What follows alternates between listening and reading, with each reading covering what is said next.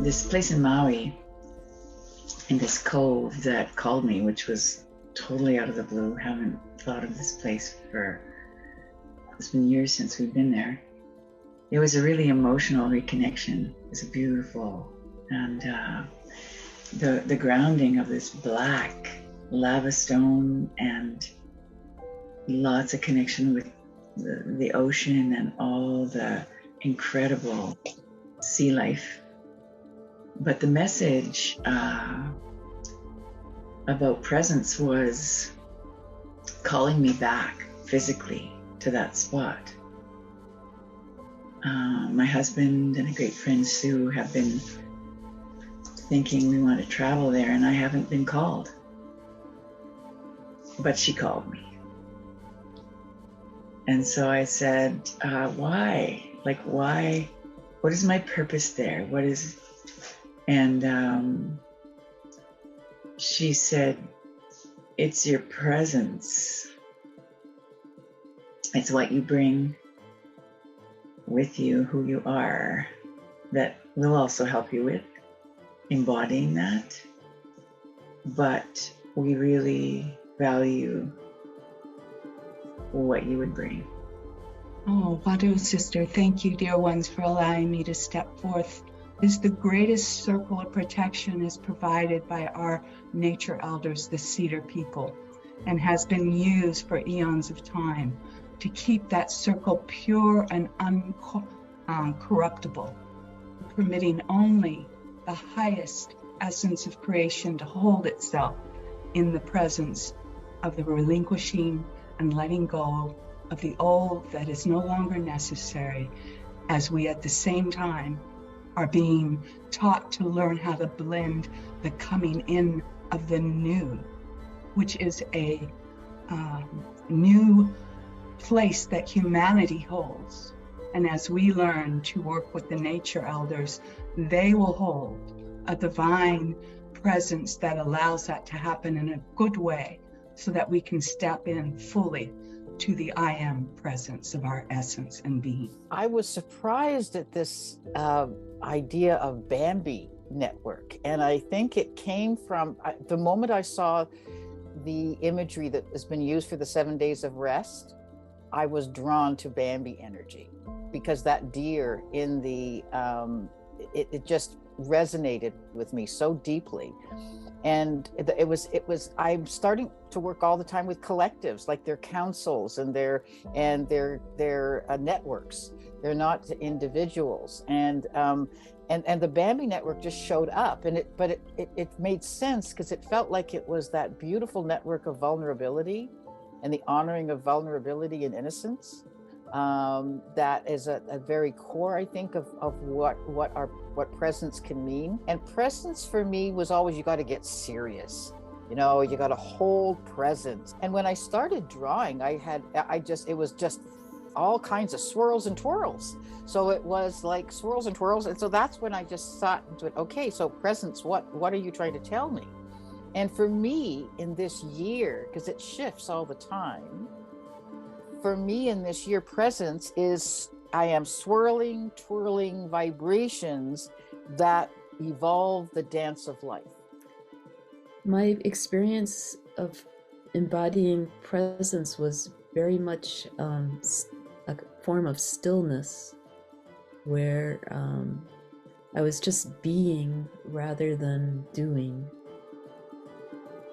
And in fact, this tree had been already teaching me about presence over the last few years, because his partner communication tree was cut down, but her spirit lingered about and entered this tree body, and they would move around. She would move from his tree body to a stump, to her pile of wood chips, back into his tree body. Now she's non-local, but that taught me how to recognize presence. And now that I am presence, the call I hear is to share,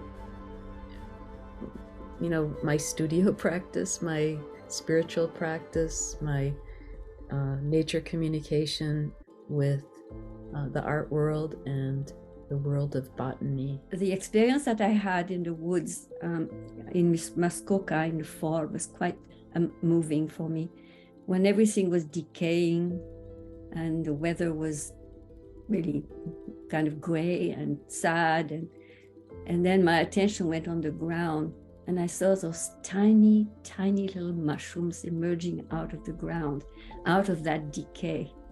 And I was very moved by that experience. It was, there is a quality of humility in that. And the message for me was, when the time is right, you show up.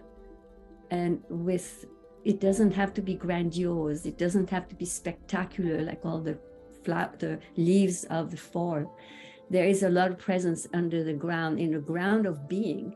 It was surprising to have them come. So even as I'm sitting here, I'm like, tree elders like, talk, because it's my nature to just sort of hide. But the tree that I met in St. Petersburg, I was with friends who were speed walking and they kind of rushed ahead, and I had never been in this place before.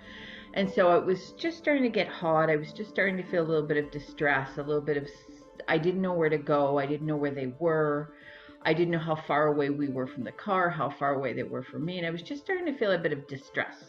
And I heard this whisk behind me.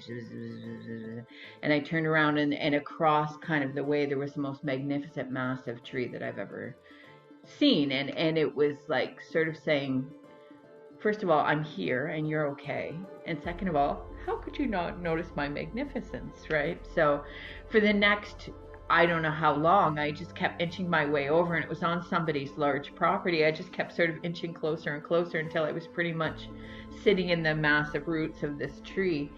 And all of the fear, all of the distress, all of the uncertainty, all of the cares melted away. And I was just in bliss and community, and I really was hoping they didn't come back too soon, and because I wanted more time with my tree. And so every day we walked, while I was there, I went back and saw my tree friend. And so the message that kept coming through, and it's very much what Darcy was speaking about, and that's what I think keeps coming through for me in so many forms, to say that we're going to hold this divine presence so that you can step out. We've got you. You're sacred. You're ready. Get out there, and step in fully. On the 99 Days of Peace and Unity, kind of during the closing, Ben Bowler said something that really stuck with me, when he said, God doesn't call the qualified, she qualifies the called. And I think that's my own sense of, and I really love all of the sharing and the teachings, and particularly the teachings of the cedar people, because I think that's a lot of what the trees are saying to me right now, is just put yourself out there, express yourself fully. So, so I'm doing that. Just last night, I got an email from Carolyn Baumgardner, a friend, but this is a person that is dedicated to be a bridge person for the I Am consciousness. And so she sent me these words, and that's how I brought in the new year. And so I think that's where I came in from the wisdom of the wisdoms that are coming through the human race. I think that's where that I stepped into this commitment, because I knew that I was coming today. And so I was opening already. And I just feel like the wisdom is coming through all of us. Listen to us. I've been gifted just last night with one of the humans that's still living, is younger than me, and came up with this. So yay for the human race. My overall feeling was very supported in the back by the trees, and open and flowing in the front side to what is to come and to what is to be, and to therefore have no fear and to try new things in ways that I haven't done them before. So thank you for this space. Happy New Year! Happy New Year.